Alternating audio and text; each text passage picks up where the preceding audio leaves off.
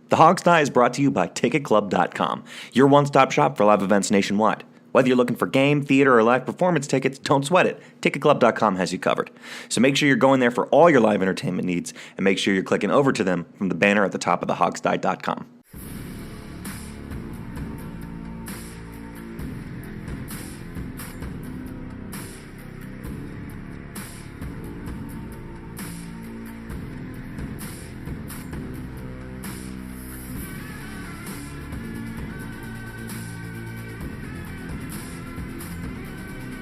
By fans, for fans, the Hog Style.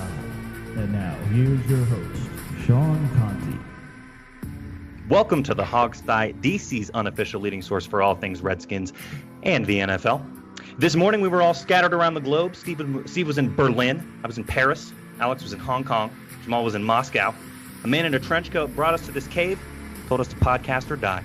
So here we are again for another week, folks. Glad to be back with you. How are you guys doing, my fellow hogs? I didn't know there was a cave in Berlin. No, we're in Afghanistan now. You were in Berlin. Yeah. I didn't know I traveled to Moscow. But well, now I enjoyed myself. I'm doing great. It was a quick trip. By the way, I took my godson to his first baseball game yesterday. Nice. Guess how long a 7-year-old last at a baseball game? Mind you, I have taken a 7-year-old to a baseball game, so let me take a stab at this. All right. I'm gonna say he lasted 3 innings. Okay. Anyone else want to take a shot? I'll just one up Steve and say 4 innings. You don't. Who knows? Sean has no idea. Okay.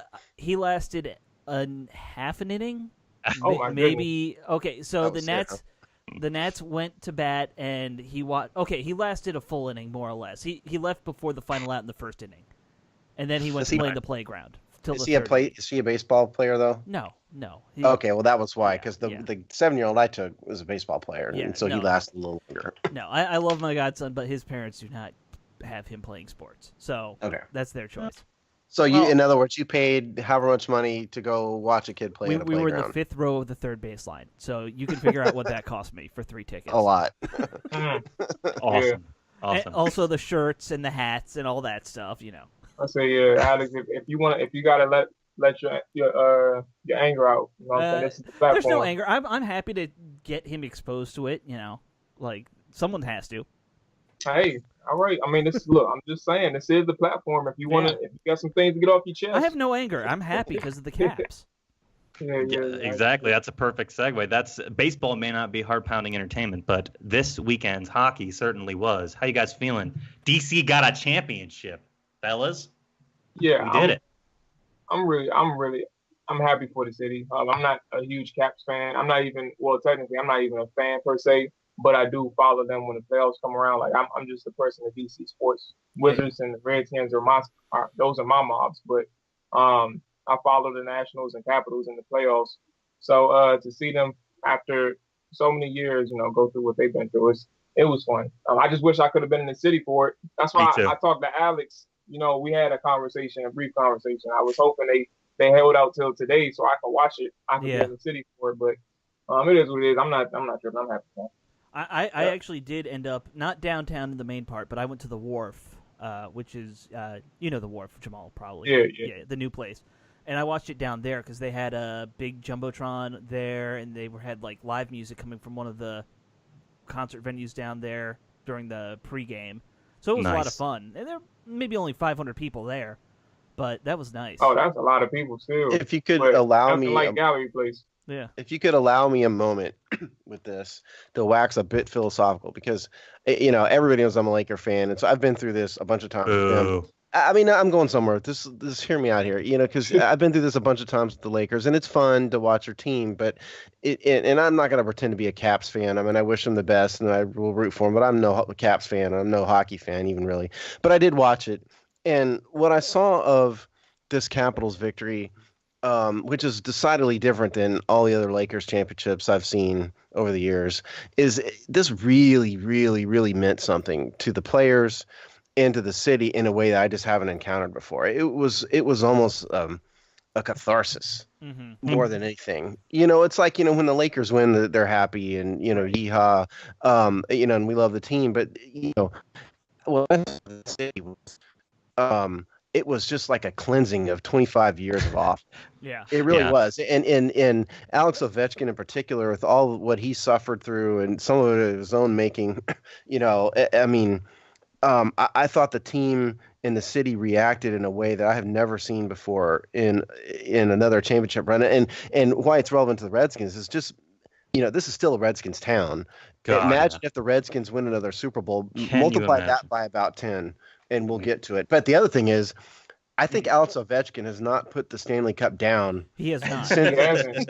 if you've been tracking it on social media and on the radio and stuff, they've been on like a 72-hour bender where they're just going from bar to bar in the whole D.C., Maryland, and Virginia area. I don't think they've been sober since Thursday night. No, and Ovechkin's a Russian, so we know he can drink. That's kind of an MO for their people. I want to know if somebody's got like baby wipes with them or something, because that cup has got to be just about filled. I'm no germ freak. I had nothing. It's disgusting. Yeah, I mean, It- nothing bothers me, but I don't know if I'd want to touch I that think you cup. just need a bottle of like pure alcohol, rubbing alcohol. Well, they have that. Yeah, That's yeah. probably what they're doing. They're drinking it. No, Yeah. they're just putting in moonshine in there. I've been rooting for Ovi and them, but and looking at their celebrations, but they kind of lost me when I saw him chugging. I don't know what it was, but chugging out the trophy. I'm like, how dirty that thing is, but that's good, traditional. man, good for them. No, Also, look, I can't be me. technically it's sterling silver, so it doesn't transfer germs. Well, look, you can put my Probably got a favorite- couple my ringworms, favorite hanging choice out. of liquor in there, and I still won't drink out of that thing. Yeah. Can't be me. I think I'm with you on that, Jamal. I But mean, anyway, I would just because it's a once in a lifetime to drink out of a trophy. How many of Oh, you have yeah, drank I out would of a just do it. trophy? yeah, nobody. I mean, I would definitely do it if I was a team member for sure. Yeah. You might have to have a visit to the clinic later, but Yeah.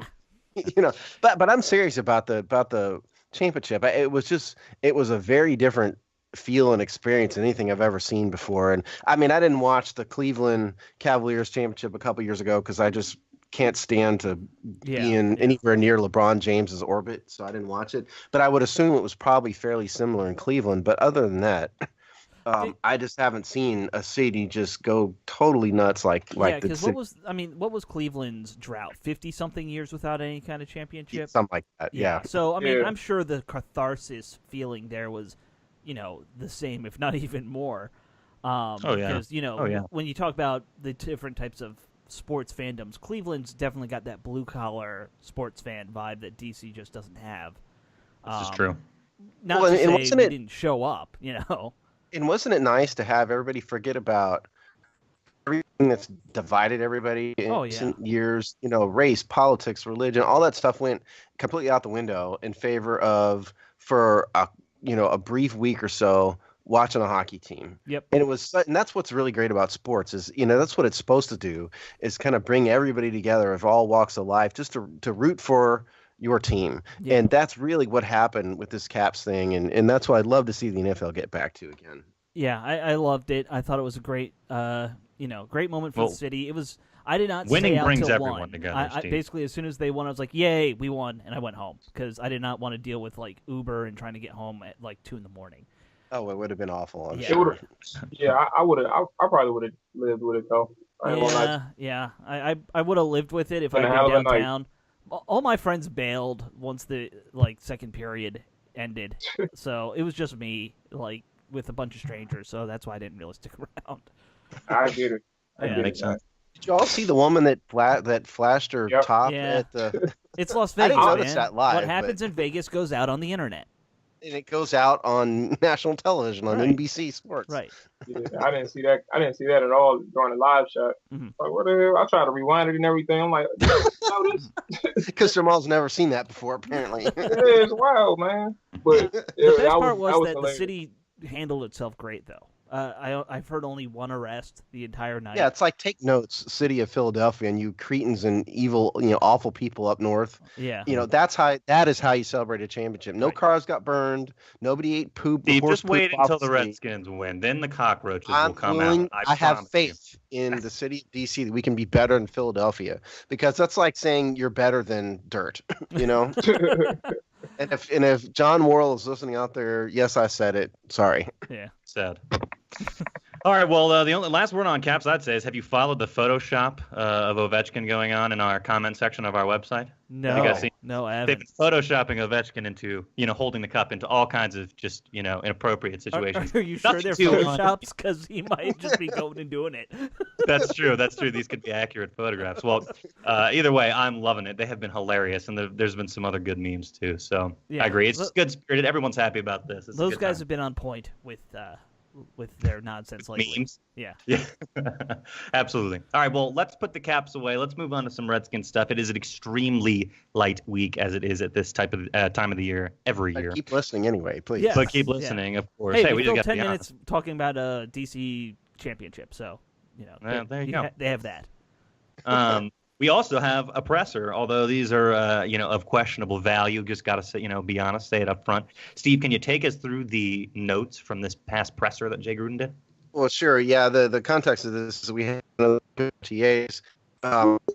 Yeah, everybody survived injury-free OTAs, so that's the most important thing. I mean, the thing about OTAs is you can't take too much out of this because this is just guys in shorts and t-shirts, and there's no pads, and so it's wonderful to say, okay, this receiver beat this corner, and this and that, but it really doesn't really matter that much, to be perfectly honest with you. In terms of press, Jay gave a presser this past Wednesday. Jay has gotten to be. If you go back to 2014, Jay, when he was throwing players under the bus and everything else, and he's completely changed from that. And so now it's just a bunch of coach speak. Yeah. I think the highlights, he mentioned Orlando Scandrick, about all the good things Orlando can do. Because I know much about him since No. that happened. So much other stuff has happened since then. But Scandrick, he's kind It of was a low-profile signing, and the I think he fans could have a hate. big impact on us, though. Yeah, I do too, and the fans hated the signing, but I think he can help. And then he mentioned Robert Davis as a can. He said he thinks Robert Davis can make a big jump this year. So that's good. So those two topics came out of the presser, but other than that, it was really, frankly, a bunch of coach speak more than anything else. So those two. So I think if you take anything, take those two things. He likes Orlando Scandrick. He's high on Robert Davis. Right. Or I'd hope he'd be high on Orlando Scandrick, because we kind of need the help at cornerback. So we'll see how it goes. I mean, it's never too bad to have a veteran presence out there. So hopefully it works out well. But Yeah, if you can have your fourth or fifth corner be that kind of grizzled vet, I don't think he's going to be our fifth corner. You don't think so? Oh, yeah, I it'll think probably he's- be a little bit beat him higher out? than that. Yeah, I agree with Jamal. I think he's going to be higher than that. He may be. But I don't think Start- he's gonna be the. I don't think he's gonna be the two though. Just off what Josh Norman said a couple of days ago, it was a podcast or interview, something like that. He was like, he said he has said that Dunbar is gonna be the number 2 corner. Yeah, I was about to say that I thought Scandrick was probably going to be the starting slot guy. Yeah. Okay, you think he'll be at what's his name? The guy we Fabian? drafted? Yeah. I don't know. We'll see. I personally hope that Scandrick fills a backup role for both the slot and the outside outside position. But we'll see. It all depends on how Fabian can play in the slot, which I have confidence in him. I don't necessarily count his length against him, so we'll see. Yeah, fair enough. Well, we can't get too far into defensive backs because we actually had a different position group that was under discussion today. So we had a poll about this. Correct me if I'm wrong, Steve. And we have a position group breakdown to go into more specifically. But what was the poll this week? Well, the position group breakdown this week is tight ends. Jamal published a good tight end piece. If you want I'm ready for the discussion. I'm going to rip off everything he said. Yeah, that is on our website from last Thursday, if you want to read that. The poll has to do with tight ends. And specifically, the question this week was, given Jordan Reed's ongoing injury problems, do you wish the Redskins hadn't given him such a large contract extension? So that's a question. And I got to apologize to people because I mistakenly set the time in this poll for 1 day instead of 2. So we kind of cut off half the votes. But, it is. We still got some good comments. And thanks to Rick Snyder for forwarding this out, retweeting this out for us. So that's the poll. So since Sean and I have done solo show, a duo for the past 2 weeks, we need to go to either Alex or Jamal for. Let's start with Jamal because Jamal cheats on these polls and he always knows what happens. So let's start with. So let's start with Jamal. And Jamal, tell us what you think the fans would have voted for and what your thoughts are. I did comment. I don't know if I voted this one. I don't know. but I did comment on it. Looking at the choices, I said that we should have waited out a little bit. I forgot to read the choices before you start. Let me read out the choices before you go into that. The 4 choices this week were they shouldn't have done it, meaning they shouldn't have given him the extension. Was the right thing to do. They probably should have waited, or they should have done it but at a lower cost. So those were the 4 choices. Sorry, go ahead, Jamal. And as you read that, I did remember I did vote. So I saw at the moment. I didn't see what the results were, but I saw at the moment who had the lead. So I'll be completely transparent. But no, I voted. Well, I said that personally they should have waited a little bit. I think that, and I guess I'll go over it after everybody gets a chance to speak. But I think the fans personally probably said either that they should have waited, or maybe they did the right thing. Okay. So I guess I'll go with they did the right thing. Alex, what do you think? I'm gonna go with they should have waited it out and seen how his health would have been, that kind of thing. And in terms of fans, I'm gonna say they probably are in that should have done it at a lower cost category, because that's the win-win category. Okay, Sean. I'm gonna say fans said, I don't know. I'm just gonna be different and say the fans said they should have waited it out. And I'm gonna say, I guess I'll just agree with that. Okay. Well, oddly enough, by a vote of 54%, the public believes that it was the right thing to do at the time. Yeah. Wow. So we had a majority of the voting public thought giving Jordan Reed the extension at the time it was given was the right thing to do. I can't honestly say I'm not a little surprised by that, but it is what it is. Yeah, I'm a little surprised by that. That's for sure. Homers. Yeah. You're all homers. 20% of you out there voted for probably should have waited, meaning it was a little bit too early to give him an extension, which is by certainly a reasonable view. 15% of you said it should have been done, but they paid him too much.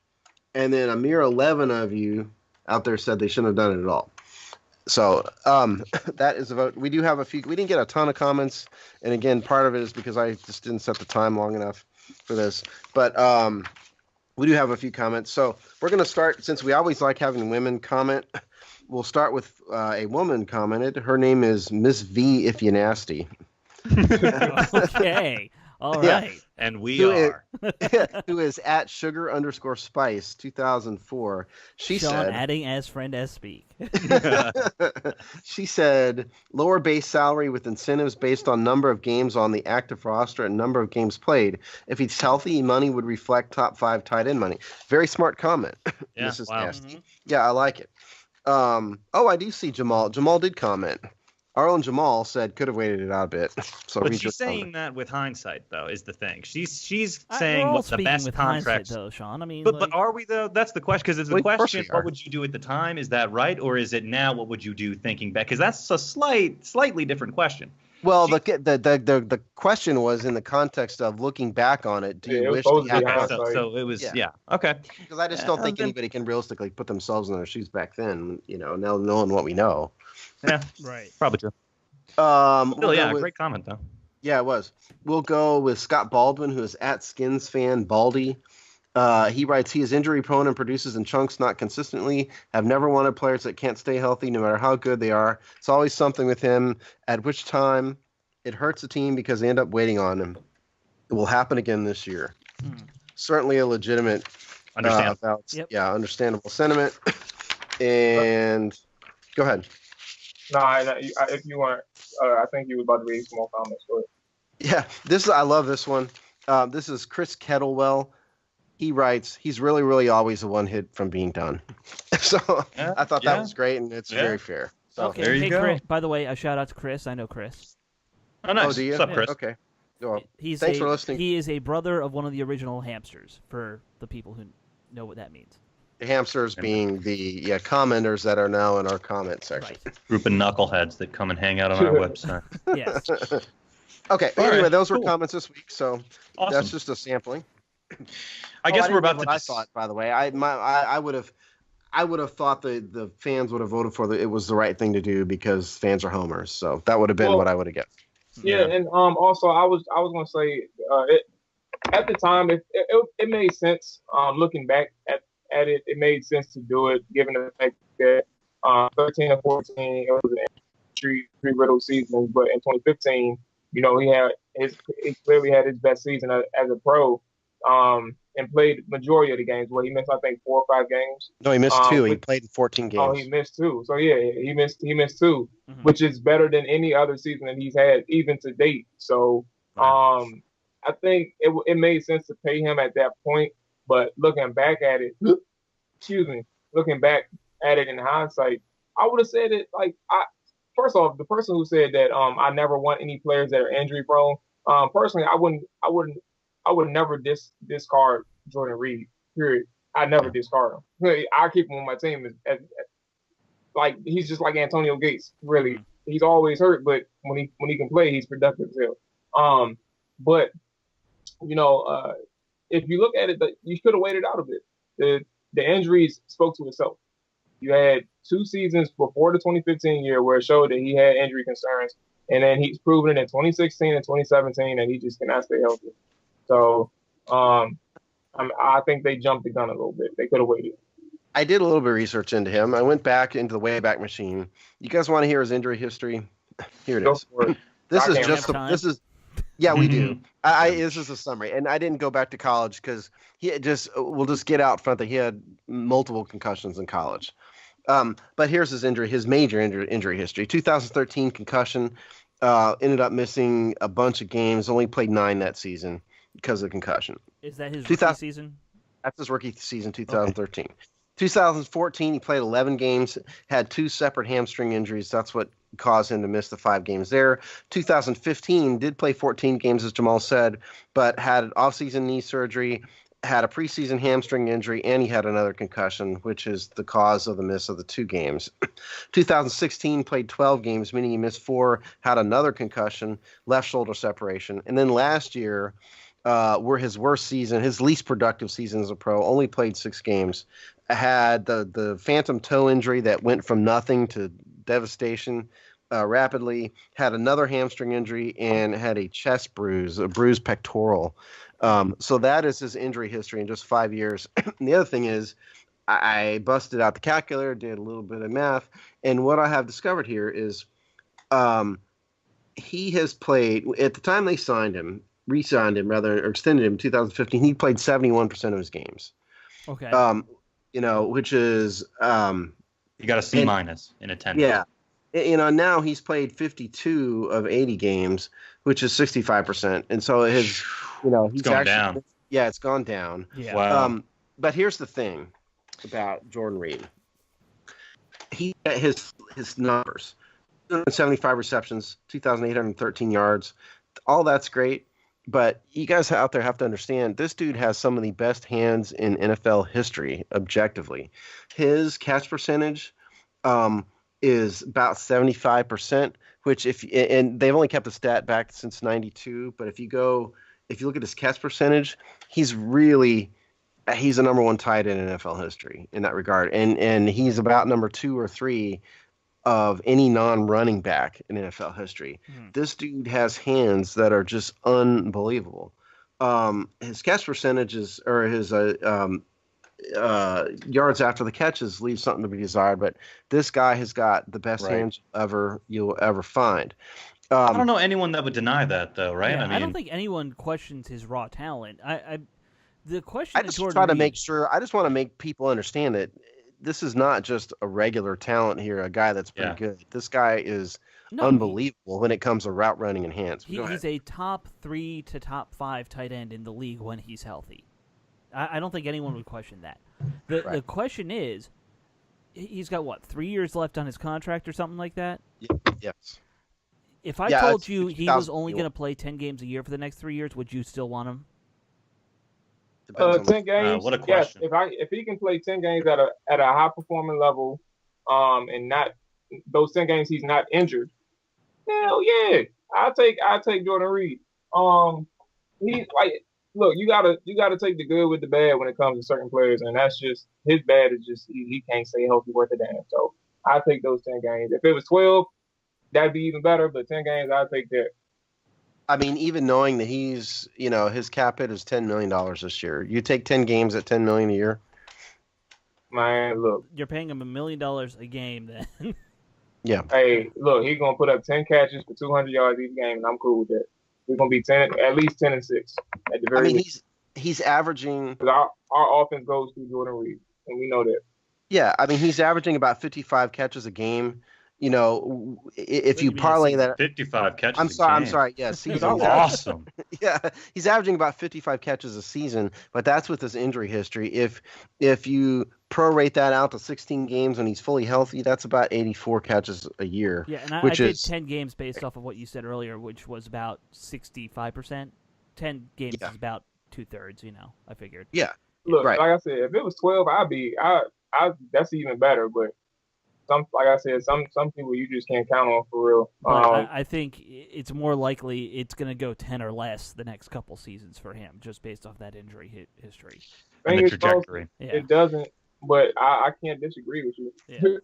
Yeah. You look at numbers and you say, here's a downward slope.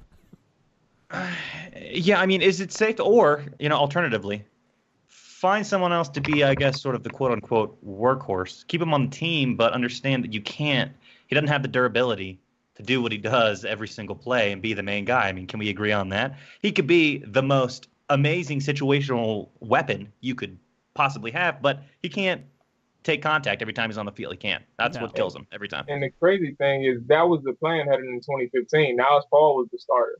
And then we lose him in the preseason. I forgot what happened to Paul, but I think he broke his ankle. And then, that's when Jordan Reed took off. His career took off.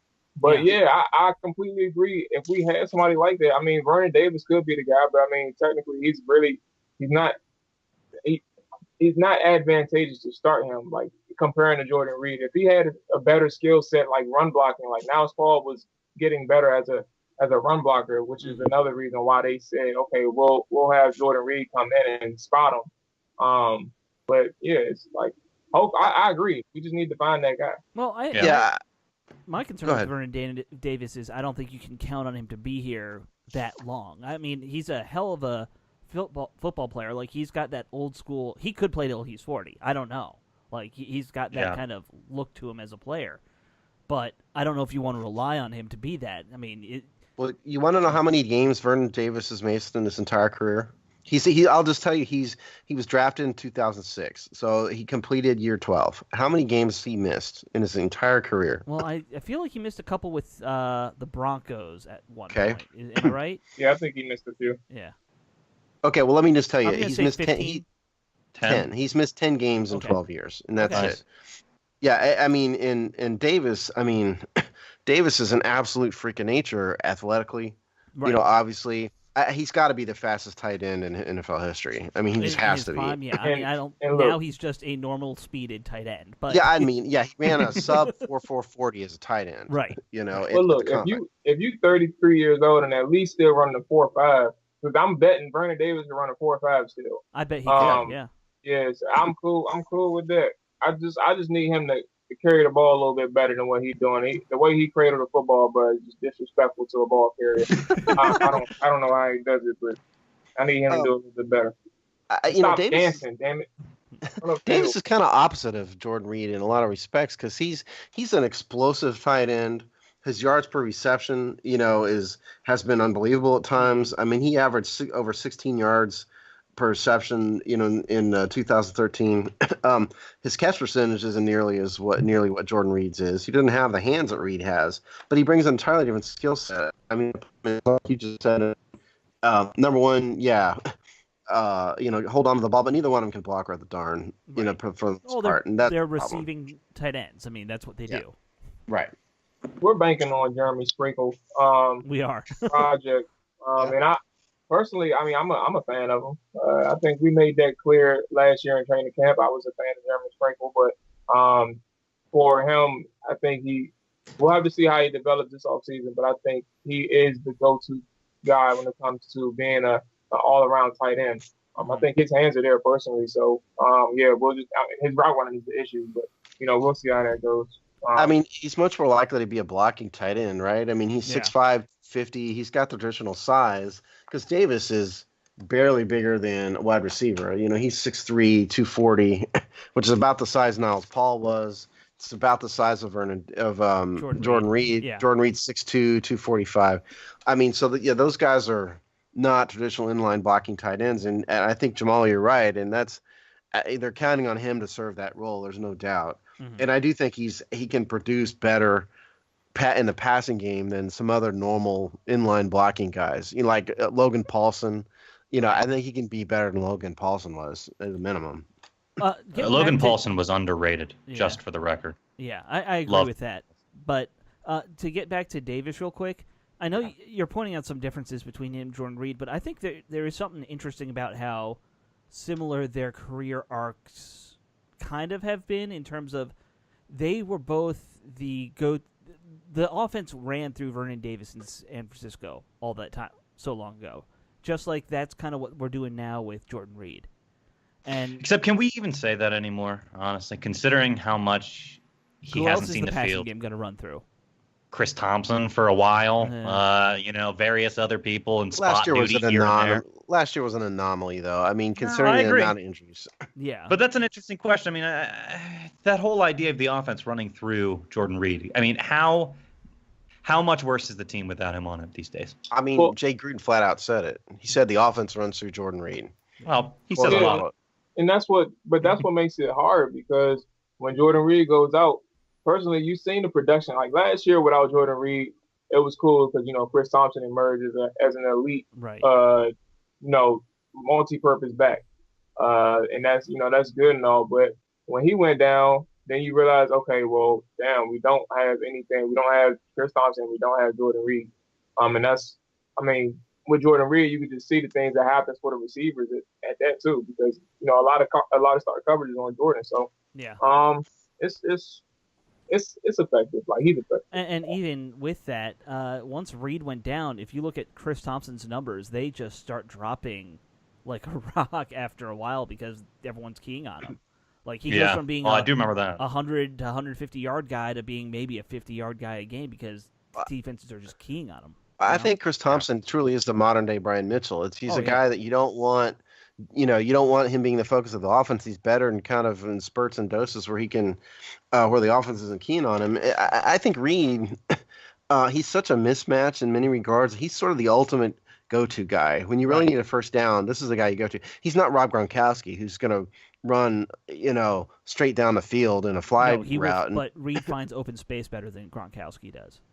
Yeah, Gronkowski is just a physical mismatch, like there is no one else, and that's not what really Reed is. But his route running is so precise, his hands are so good. Mm-hmm. He's too big and good for a safety, and he's too good for safety. He's too big for a corner, and linebackers can't really cover him. So he's truly is a mismatch, but he's the go-to guy in that when you need yardage, he's always going to be there and be open. Right, and I would also say when Reed went out, Vernon Davis does kind of fill in pretty well in that role. It's just the thing with Davis is he's old. He's 34 years old. Yeah. Yeah.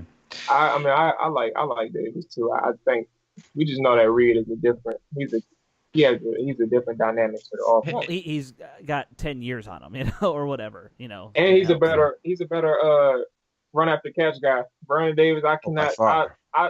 Vernon Davis really grinds my gears. When I don't even want to get worked up. It's June, damn it. No, go get worked, please. Get worked up. We want you to get worked up. Vernon Davis, it's just annoying. Like watching him.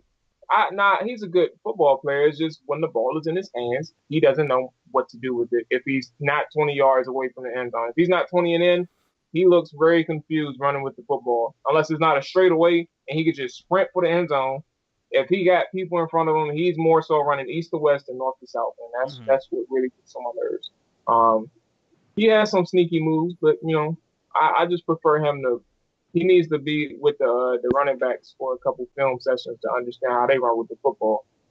I think Vernon was sneakier when he was 25. That might be what's going on. Well, I mean, you have a point, Jamal, because he's so fast, and at least he was so fast that if he could get a crease, he'd just be gone. And I do think there's some of that to his game where he's sort of looking for an opening where he can break it. And that's why you see the north-south thing. I think here's all I'll say about Davis is I think we're going to keep this guy until the bitter end of his career. I don't think he's going anywhere. I mean, he's a DC native. He's a DC public school native. No, I mean, he's home. He's a DC public school native when he was a kid. Went to Dunbar High School. I think he's going to stick it out as long as the team wants him. And he's such a freak of nature athletically that he's got a few more good years left in him. So, I think he's about as good a fill-in as you can get for Reed. Certainly for an older guy, older by football standards. Until we have the draft capital where they can say, "Hey, there's a guy in the third round we really like and want to draft." I don't think that there's any plans to move on from Davis or Reed until that happens. No. Well, Davis got another 2 years left to go on this contract. Does he really? So, I didn't realize his contract was that long. Well, they re-signed him. Oh, okay. Yeah, I mean they signed him to last year to a 3-year deal. So he's got through. He's got 2 more years to go. Wow.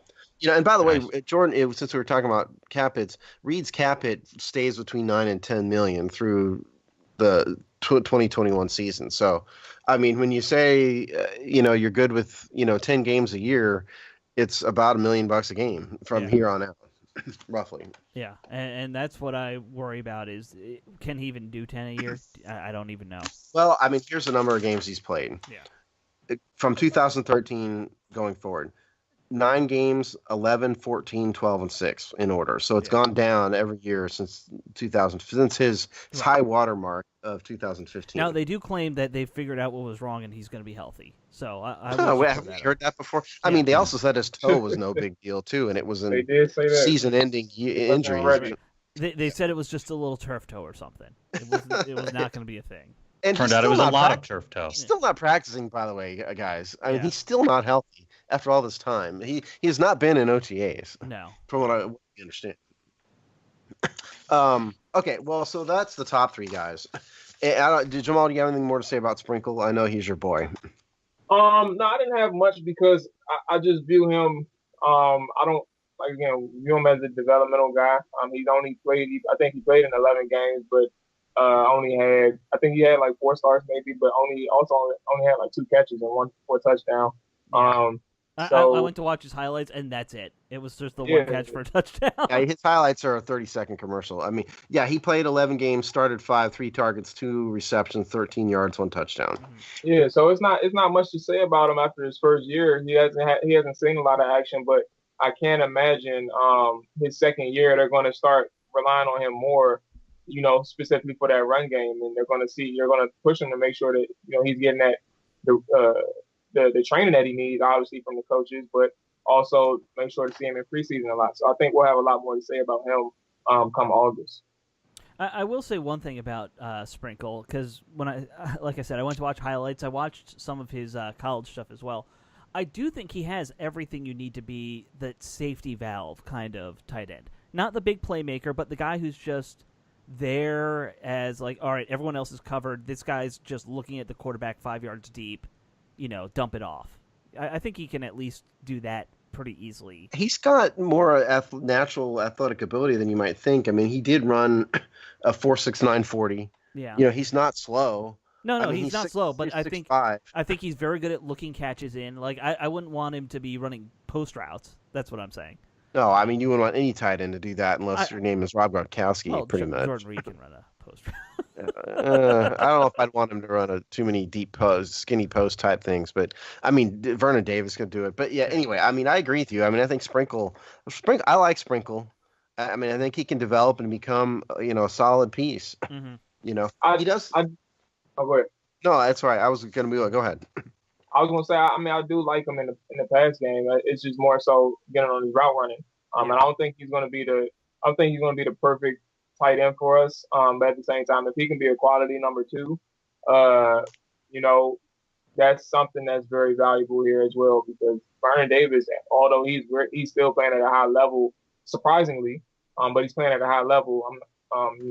He's only going to probably be around for a few more years, or a couple more years. Jeremy Sprinkle should be ready anytime now. Yeah. There is competition on the tight end group. It's not just these 3 guys. believe it or not. We do have Manessa Garner, who's We have 3 guys you've never heard of as well. well, you might have heard of Manessa Gardner because he's been on the practice squad for a year. For those of you who don't know a lot about him, he's 6'2", 239, so he's another small guy. He is not running a sub 4.40 now. He's more of a 4.7, 6.40 guy, which is pretty slow for a guy who's only 6'2". But Manessa's been around a lot. He was with the Chiefs, the Bills, the Broncos, the Bills again for another stint. I don't know what too much to make of him. I mean, he's a practice squad guy. He's never going to be a good inline blocker. He's too small for that. So he's going to have to become Mr. Pass Catcher if he expects to stay on. Does anybody have any insight into Manessa Gardner more than that? He's slow and small, and he can't block, it sounds like. Yeah. That's my insight. Welcome to the CFL eventually, Manessa. We have a caller on the line who says her name is Miss Garner. Oops. Who's not a happy camper, apparently. So we'll try to pass Oops. later. She'll like Sorry. Canada. Yeah, I hear it's beautiful. Ottawa will treat her well. Oh man. Yeah, that was cold. That was the meanest we've ever been. Bullying is a real crime, guys. It's not a victim. The meanest we've ever been was to poor old Will Compton. I think we were pretty awful to him on the day we And invited. way back in the day, we were pretty mean to Joshua Rebus. Yeah, Rebus. Come to think of it, we're shitheads, guys. Sorry. Go on. Who else we got, Steve? We've got a guy named Matt Flanagan. Hey. Matt Flanagan is going to be Jeremy Sprinkle's competition because Matt is 6'6", 260 pounds. We just signed him this year as an undrafted free agent. Went to Rutgers and then spent a year at Pitt also. He only had 35 receptions in 4 years, so he's not a tremendous ran a 4.8 40, so this is not a tremendous pass game guy. He's an inline blocking guy, it sounds like. I'm not going to pretend to know not going to pretend that I spent the weekend watching Matt Flanagan film because I didn't. But he's another guy. I think this may be insurance against Sprinkle, it sounds like to me. So that's Flanagan. Anybody know anything else about Flanagan other than that? Nope. Good luck, Yeah. Mr. Flanagan. Exactly. Thank you. Sean, good luck. Good luck. Good luck to him and Manassa, or I think that's his name. So, good luck to both of them. I also have called. There's no Garrett. disrespect. We just happen to know that we don't know your game like that. Yeah. So we're looking forward to you in training camp. Yeah. We also have something called Garrett Hudson on the roster on the team. Something called Garrett Hudson. Yeah. What's a Garrett Hudson? Yeah, what's a Garrett Hudson? Garrett Hudson spent some time. He is a tight end, 6'4", 245 pounds. Spent some time at Richmond, and judging from what I have found on his background, there was either a Garrett Hudson at Purdue who is also the exact same size who played linebacker, or Garrett Hudson transferred to Richmond from Purdue for a 5th year, which I think is more likely. So this is Bruce Allen Richmond Spider Special, it sounds like. Yeah, that's exactly what it is. I mean, my favorite guy, Lance Zierlein, says lacks quickness into his roots, play speed is average, fails to sustain blocks at point of attack, angles to his second level targets as run blocker can be spotty. So ringing endorsement of the player right there. Yeah. And, of course, that was the weaknesses, and unfortunately his strengths didn't print out because I screwed up printing. So he probably has strengths, but I can't say what they are. Yeah, because they didn't. He tells really good jokes. Right. So Nice. to Mr. Hudson, I say good luck. You have your shot. So really what you're saying is the gap between the top 3 tight ends on this team and the bottom 3 is quite a large gap in terms of being ready to play. Right. Yes, and that's probably the last time we'll mention either Matt Flanagan or Garrett Hudson, except on the show when they get cut. Well, we might mention a catch they make in preseason. Who knows? There you go. We probably But Sean mentioned the real point here, which is, it's a position group that if things go badly, we all of a sudden lack depth, Right. which is a problem. Yeah, we had. and has a history of going badly. Yeah. I mean, and as healthy as Vernon Davis has been, I mean, he is 34, and at some point, even a guy as much of a freak of nature as he is, it's going to catch up with him. And we all know about Jordan Reed, so we're in trouble if both of them go down. Yeah. Yeah. And let's be That's honest, the hard. tight end position has always been it's probably one of the more demanding positions on the offense because you got to know how to block, you got to know how to run routes, you have to know how to. We lean heavily on them too. We do. I think a lot of teams lean heavily on the tight ends. Not to mention, it's a heavy special teams position. Like that is a volatile position when it comes to injury potential. And it's not Yeah. like Jordan Reed is going to be on special teams, and so Well, no. some of these back roster guys are going to have to make their mark there, But Vernon Davis plays a little special teams here and there for us, I think. Still, which is also dumb. yeah. So Well, I think once Reed goes down, you stop that, right? Like that's the rule. Yeah, I think yeah, they need you to can't put afford Reed Have like to. in the locker room before when special teams is going Right, on, right, just right. to make sure nothing happens. We're punting, Jordan. Go get back to the wall. Yeah. I want to see your hand touching the wall. Yeah, exactly. I support We it. don't want you anywhere near it. Yeah. All right. So that's the position group in terms of personnel. Do we want to make predictions as to the status of the roster? I mean, do we need to? Yeah, I got my top 3 already on lock, so I don't know. I don't know if you Yeah, guys it's not have a a mystery. different. Yeah, I don't know if you guys have a different lineup. Surprise me if you do. No, Yeah. no. I mean, I think we all can safely agree it's going to be Reed, Davis, and Sprinkle at the top 3. The question would be, to me, which I'll throw to the group, is whether they keep a fourth on the active roster for blocking purposes, or does a guy like Elijah Wellman sort of take the extra offensive spot, as a Wellman being fullback a blocker? fullback, right? Right. Yeah. And that's kind of what I would be the more interesting question to me is really, I mean, we've seen how this team struggles at times to run the ball. Maybe a fullback makes just more sense, and he can be most fullbacks could be an emergency tight end. I think the size and stuff is close. Mike Sellers did it. And don't Yeah. forget that the blocking back that we had before was a converted wide receiver, Right. Right. So Yeah. we don't need that That took a anymore. couple years. Yeah. Yeah.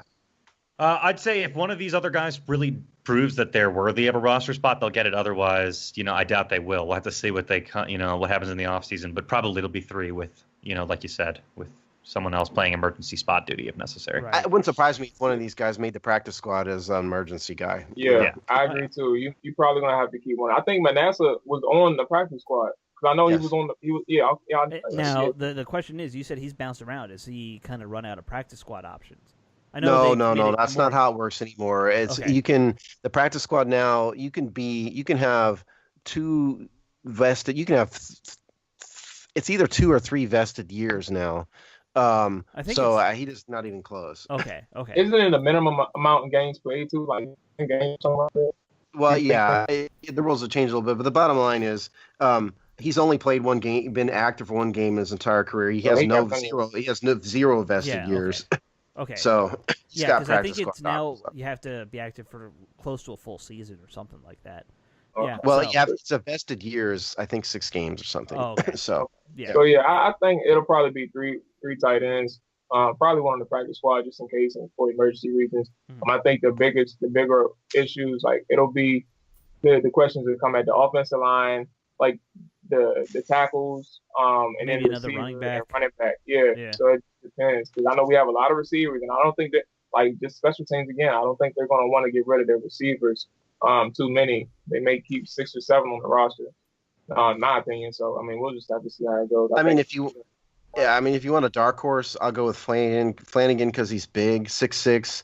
I mean, all these other guys are all smaller receiver types. He's the only other besides Sprinkle. So if they want a second big guy, it'd be Flanagan. That makes But sense. I think it That comes down to who plays better ultimately. I think that's a sound argument as any. Especially since we've never seen any of them play. No. Yeah. I mean, and I'm sure we'll start to see more of these guys as Jamal and I wander to camp. Right. Yeah, there you go. So that's tight ends, kids. All right, there you go. File that one under done. More to come. Let's move on to these other various little things we had in the news this week. It's not anything too terribly meaty, but leading off, probably most important would be the front office moves, right? We have a new hire. Have we discussed this yet? No, we have a Mr. Steve Ziff is the new director of marketing for the team.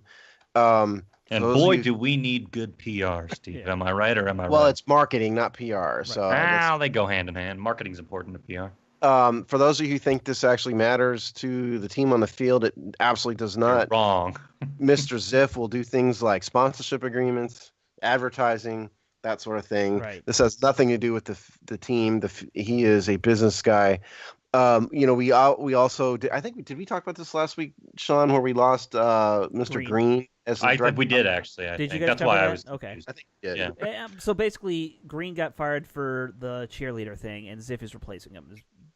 Is more or less what's happening. It looks like. Yeah, I mean, they didn't have a guy with the title director of marketing, so it's possible that Green was doing it. It's hard to tell. Reading what Green was doing, there's a lot of he's There's overlap. Season ticket holders. Green's when Green left, his title was almost, it was hospitality. Chimp of the cheerleader whorehouse. Yeah, I mean, it really was almost that. Yeah. So nice. Here would be my interview for Steve Ziff. All right, so don't use the cheerleaders as a harem. That's not even a question. That's the interview. Just tell me you won't do that. You won't? Okay, you're Right. hired. Good. There you go. You don't even need. Sorry, go ahead. I know I've dealt with some of these marketing guys, and they're business guys, and that's it. Yeah. Not much to say. Simple as that. I think we all deal with them at some level or another, right? I mean, Unfortunately. yeah. Have I told the story about what the marketing guy did with the calendar, though? Have I told this on the air? No. I don't think so. Okay. I'm sitting in the conference room of NFL Team X, have been there for 5 straight days, negotiating a sponsorship agreement worth tens of millions of dollars. And I'm one of 3 or 4 on our side. And this guy on the other side, this in-house lawyer for this major beverage company, is droning on and on and on all week about every comma and every period and every misspelling, and we're all ready to kill him. And so this director of marketing gets up in the middle of this Friday afternoon thing. He goes and gets the cheerleader calendar, and he opens it to a scantily clad page, and he just kind of subtly puts it directly in front of this lawyer who's been droning on for hours, and they completely threw him off his game. Couldn't talk anymore. It broke the tension. It got him off of arguing about every comma. And so in that respect, I think the cheerleaders had a direct impact on a business deal. And so I applaud those ladies. Wow. Yeah, way to get that cheaper Fresca. That's what it is, right? Wasn't Fresca. Nice. Oh, I'm going to say it was Fresca. Well, Go with Fresca. Let's go with that. Yeah. The Fresca lawyer got thrown by a cheerleader calendar. Well, they don't get much of that at Fresca. They don't get that much of that in in-house corporate lawyers either. No, I guess not. I believe that.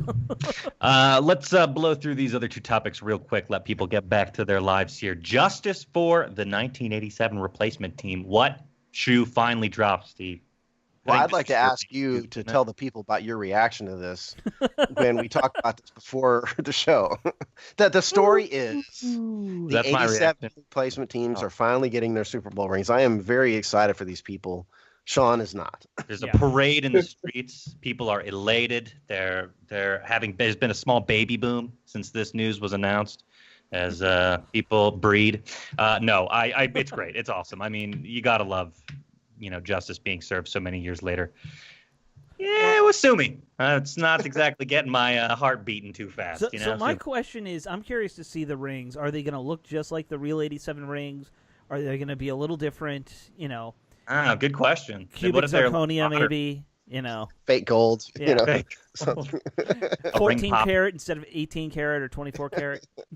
That's a good question. I wonder what they'll do, actually. That is a good question. Danny Boy can afford good rings. He needs to get these men good rings. Yeah. Well, and that you go. He back can to afford a those- lot of things he doesn't do, though. That's the thing. Yeah, that's true.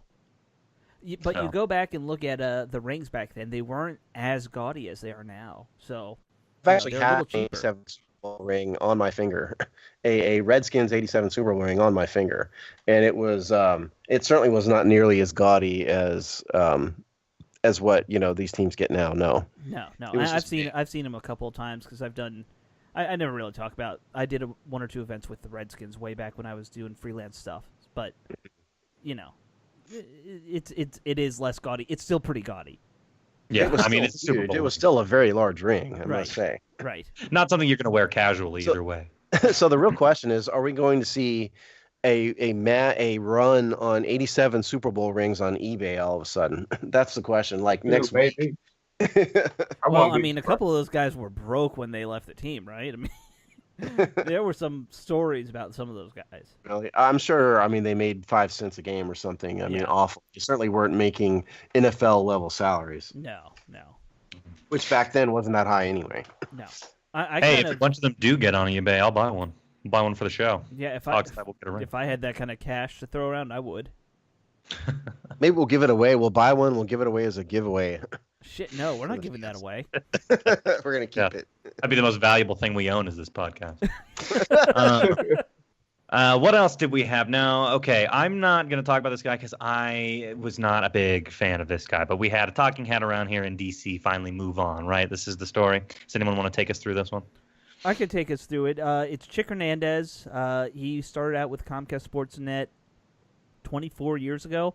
Right when they started, now they're called NBC Sports Washington, which, good name change. They are just some... I can give you some little behind-the-scenes things that I know just as Navy nerd. They are cutting staff left and right. They are getting rid of their studio and moving into the NBC4 headquarters downtown instead of being where they were in Bethesda for, 25 years. That's why they're losing money. They're in Bethesda. Well, so they're moving from Bethesda to Georgetown. So, that's going to save on rent, I guess. Out of the frying pan right into the fire. Right. Ouch. Right. But they're basically just doing a whole sea change. And, it's a sad thing to see a guy like that go.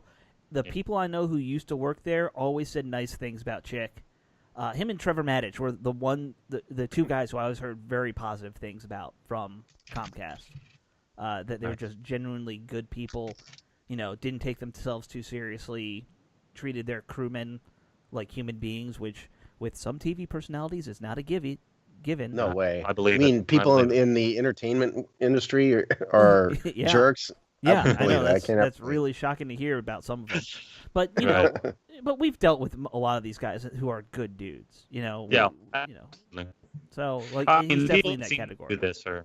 Yeah. Yeah, the people that seem to do this like we do. I mean, we're not professionals at this. We're an upstart, but they all seem really down to earth people, just like us. Yeah, I mean, I don't think we've ever been treated poorly by any of the press guys that we know. I mean, they've all been very good to us. Well, frankly, we've been treated more poorly by other podcasters than we have the professionals. Yeah. And I could name names out there. There's certain Eagles podcasts out there I will never interact with again. Oh, they were assholes. Careful. Yeah. Careful. No, I'm just but rest in peace, Chuck or Chick. Well, he'll probably. It's not dead. like he's dying. He's just gonna probably have to go do like sports for NBC or not NBC now, obviously. Yeah, CBS or something. Or just look. People will listen to a podcast to him. I'm pretty sure he can do that too. Yeah, so. I think they technically have a podcast that he was doing. Oh, he was on a podcast? Everyone has a podcast. Everyone who's on TV now has a podcast too. That's really true. Why do you think Chick, our ratings if you want are down? Chick, if you want to have somewhere to do a podcast, come talk to us. We're available. Right. Yeah. We can't pay you, but maybe you can. We're gonna fire Steve though, so you can take over for Steve. No, just kidding. Check this my salary cap spreadsheet duties. Hey, be careful, Sean. Now, Chick he's a host. Yeah, So he would take careful, your job driving. He's coming for me. Yeah. Oh God. Yeah, Please don't, Chick. I have nothing else in life, Chick. Please just let me have. All right. What else? Anything else coming out this past week you guys want to throw out there before we let folks go? Any about to hit the dead zone, kids. Yeah. You are. Buckle I up. guess everyone should enjoy the parade Tuesday because it's. I wish I could be there. It's right across the street from where I work, so I think I might. Downtown, Jamal? Yeah, I'm downtown. I'm actually by the National Stadium. So I'm nice. Southwest, but I the situation when you start a new job, you don't want to take leave for that. If they let me go, hell yeah, I'm gonna go. But shit, I can't just voluntarily like, look, I'll be back in a couple hours. See, anybody want to take a shot at the stab at the crowd size? They're projecting when they put out their request, it was 100,000 plus. I've heard that, and this is what I heard. I saw Rick Snyder write this, that when the Redskins had their last parade, it was over 1 million people.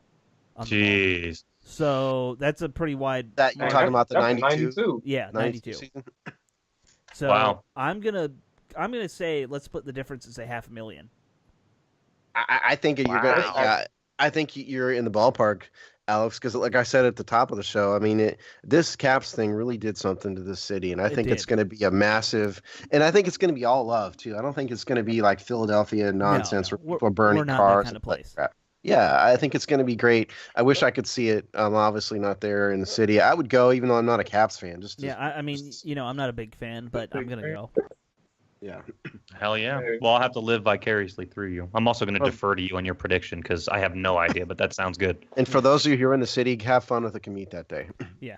It's called Don't envy Metro. Oh, that sounds worse. Oh, wait, what time is the parade, Alex? It starts at 11. Goes down Constitution Avenue.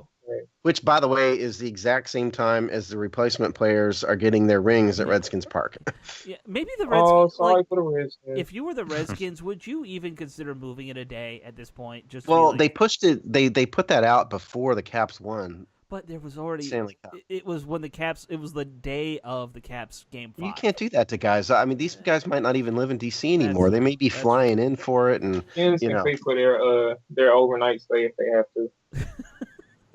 Oh, They they could- could. You're talking about They- Dan Snyder here, though. That's the cheapskate. Alex Smith can we- let a couple of them stay at his house. Trent can have a couple at his house. Put some cots out on the floor of Right. Trent Sleeping Williams. bags. And we got some air mattresses for y'all, man. Y'all can take Yeah. y'all can cover them. That's somebody else with money. Like Jordan can take a couple guys. He's probably got a big house. Yeah. Just watch your footing at Jordan. We'll have Matt Flanagan put a couple up in his 1-bedroom loft. that he Nice. shares with 3 other part-time Yeah, players. exactly. Oh. You got 3 old guys. You guys have to sleep on your floor, Matt. Congratulations. Right. All right. Well, at that, we'll leave you folks to it. We will see you obviously next time with another episode. In the meantime, even though, like we said, we're in the dead zone of the offseason, we're still pumping out written content. So make sure you're going to thehogstud.com and engaging in the conversation there. We'll see you all next time. Bye. Cut.